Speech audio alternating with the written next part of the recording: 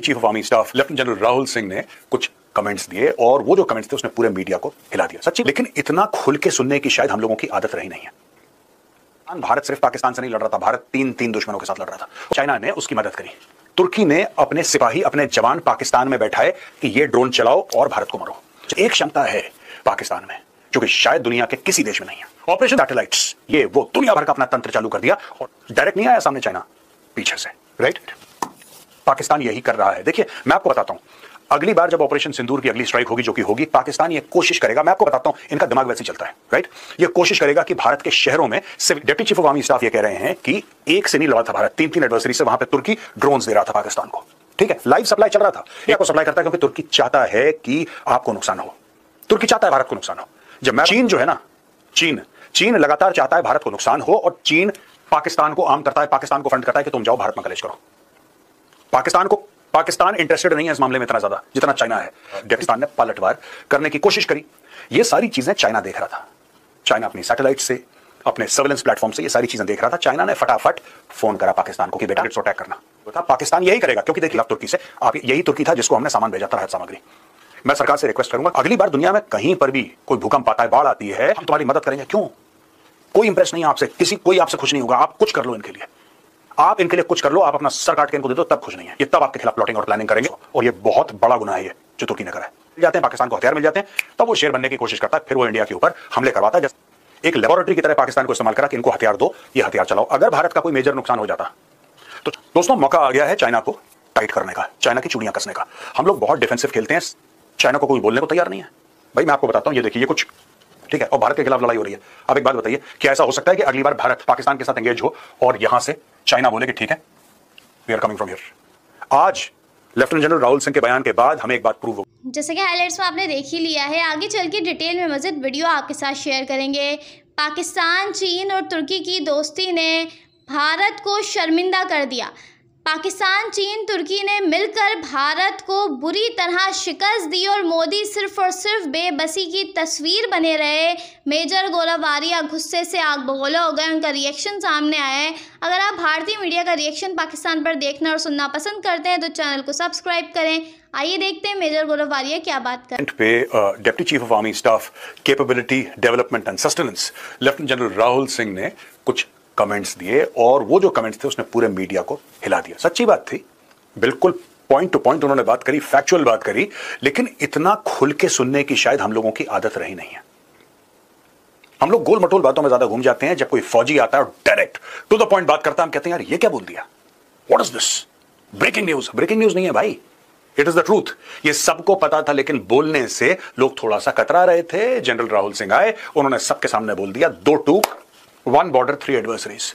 Operation सिंदूर के दौरान भारत सिर्फ पाकिस्तान से नहीं लड़ रहा था, भारत तीन दुश्मनों के साथ लड़ रहा था। और दोस्तों ये आज मैं समझाऊंगा किस तरीके उन्होंने क्या बोला, इसका मतलब क्या है, और ऑपरेशन सिंदूर में भारत ने कौन सी कठिनाइयां फेस करी, ये सब आपको जानना जरूरी है। पाकिस्तान के इस एयरबेस को ठोका, वो करा, ये सारी बातें एक तरफ, लेकिन what is the nature of our enemy? ये जो 10 सर वाला रावण है, इसकी नाभि कहां है, इसको ठोकना कैसे है? इसको एक क्षमता है पाकिस्तान में जो कि शायद दुनिया के किसी देश में नहीं है। किस तरीके से अपने आप को अमीर देश के लिए यूजफुल बनाना, किस तरीके से अपने लिए बड़ा मालिक चुनना, यह हुनर, यह कला पाकिस्तान के पास है। चलिए 2-3 वेक्टर्स बिल्कुल तैयार कर रखे थे पाकिस्तान को ठोकने के लिए। अब मैं आपको बैकग्राउंड पे बता दूं ना, बैकग्राउंड बता दूं क्या है कि जब पाकिस्तान ने पहलगाम करा, भारत ने जवाबी कार्रवाई में पाकिस्तान की कमर तोड़ी। पाकिस्तान को कुछ समय तक पाकिस्तान सहमा रहा, फिर पाकिस्तान ने पलटवार करने की कोशिश करी। उस पलटवार को नाकाम करके फिर जब भारत मारने वाला था और भारत ने एयर बेसिस पे हमला भी करा था, दोस्तों भारत ने 2-3 अपने ऐसे वेक्टर्स, ऐसे प्लेटफॉर्म तैयार कर रखे थे जिससे पाकिस्तान जमीन में घुस जाता। ये सारी चीजें चाइना देख रहा था। चाइना अपनी सैटेलाइट से, अपने सर्वेलेंस प्लेटफॉर्म से ये सारी चीजें देख रहा था। चाइना ने फटाफट फोन करा पाकिस्तान को कि बेटा, ये फट से कॉल आया डीजीएमओ को और ये बोला हमारे डीजीएमओ को, पाकिस्तानी डीजीएमओ ने कि सर बहुत हो गया, अब रोक देते हैं, बहुत हो गया, अब रोक देते हैं। भारत ने ऑपरेशन सिंदूर क्यों शुरू करा था? भारत ने बोला था कि पहलगाम के लिए पाकिस्तान को सजा मिलनी चाहिए, राइट? ये बैकग्राउंड था दोस्तों। अब देखिए, technical officer says Turkey supported Pakistan with drones and personal लीसेस। अब ये देखिए ना साहब कि पाकिस्तान अगर अकेले लड़ रहा होता ऑपरेशन सिंदूर में तो 3-4 दिन बहुत थे पाकिस्तान की कमर तोड़ के व्हीलचेयर में बैठाने के लिए, राइट? और अभी भी तोड़ा, व्हीलचेयर में बैठाया पाकिस्तान को। पाकिस्तानी झूठ बोलने अपने मन की मनगढ़ंत बातें कर लें, वो उनकी मर्जी, वो उनकी कौमी आदत है। चाइना ने उसकी मदद करी। कैसे? सैटेलाइट्स, ये वो दुनिया भर का अपना तंत्र चालू कर दिया और बोला पाकिस्तान की मदद करो। डायरेक्ट नहीं आया सामने चाइना, पीछे से, राइट? ये देखिए sir, India's air defence gaps and the depth of Pakistan China nexus. Singh praised India's strike services strike but warned that the next time cities could be targeted. Pakistan यही कर रहा है। देखिए मैं आपको बताता हूं, अगली बार जब ऑपरेशन सिंदूर की अगली स्ट्राइक होगी, जो कि होगी, पाकिस्तान ये कोशिश करेगा, मैं आपको बताता हूं, इनका दिमाग वैसे ही चलता है, राइट? ये कोशिश करेगा कि भारत के शहरों में सिविलियन टारगेट्स को अटैक करना। इस बार भी पाकिस्तान ने वही कोशिश करी थी लेकिन नाकामयाब हुआ था। पाकिस्तान यही करेगा, क्योंकि देखिए भारत में अब जैसे हम पाकिस्तान के अंदर अटैक करते हैं तो हम क्या करते हैं? अच्छा, टेररिस्ट टारगेट है, फौजी टारगेट है। फौजी टारगेट को तो मार नहीं पाता पाकिस्तान भारत में, और यहां पे कोई आतंकी तो है नहीं। अब मारेगा किसको पाकिस्तान?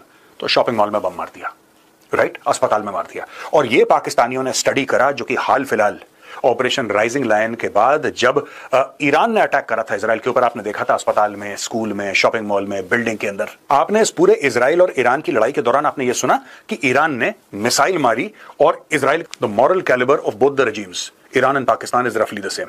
दे will do exactly what the Iranians did. He stressed India's shift to precise action, fast intelligence and no tolerance for old ways of absorbing attacks. ये इन्होंने बात करी है। तो दोस्तों, ये आप अगर ओवरऑल सिनेरियो देखें, deputy chief of army staff ये कह रहे हैं कि एक से नहीं लड़ा था भारत, 3 एडवर्सरी से वहां पे तुर्की ड्रोन्स दे रहा था पाकिस्तान को।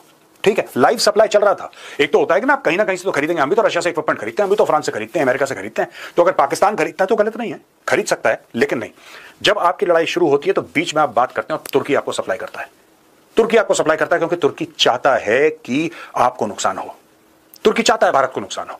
जब मैं बात कहता हूं तो वो लोग कहते हैं नहीं साहब, ये तो बड़ा खूबसूरत देश है, हम गए थे हाया सोफिया घूमने के लिए। और सब आप बिल्कुल जाओ, अगर आप जाते हो जाओ, मैं आपको मना नहीं कर रहा, मैं पाकिस्तान के लिए मना करता हूं। मैंने कभी किसी को ये नहीं बोला तुम तुर्की मत जाओ, ठीक है? आपके ऊपर है, मैं आपके ऊपर छोड़ता हूं। I am not passing a comment here whether you should go or not. What I am trying to tell you is that Turkey is trying to harm India. ये बात मैं बहुत, हथियार सप्लाई करे वो एक चीज है, हर एक मुल्क, हर एक देश अपने हथियार बेचता है, ठीक है? क्या भारत ने आर्मीनिया को हथियार नहीं बेचे? बिल्कुल बेचे। अफ्रीकन कंट्रीज में क्या भारत अपने वेपन सेल नहीं करता? बिल्कुल सेल करता है। एशियन कंट्रीज को भी सेल करता है। फिलीपींस को ब्रह्मोस नहीं दिए।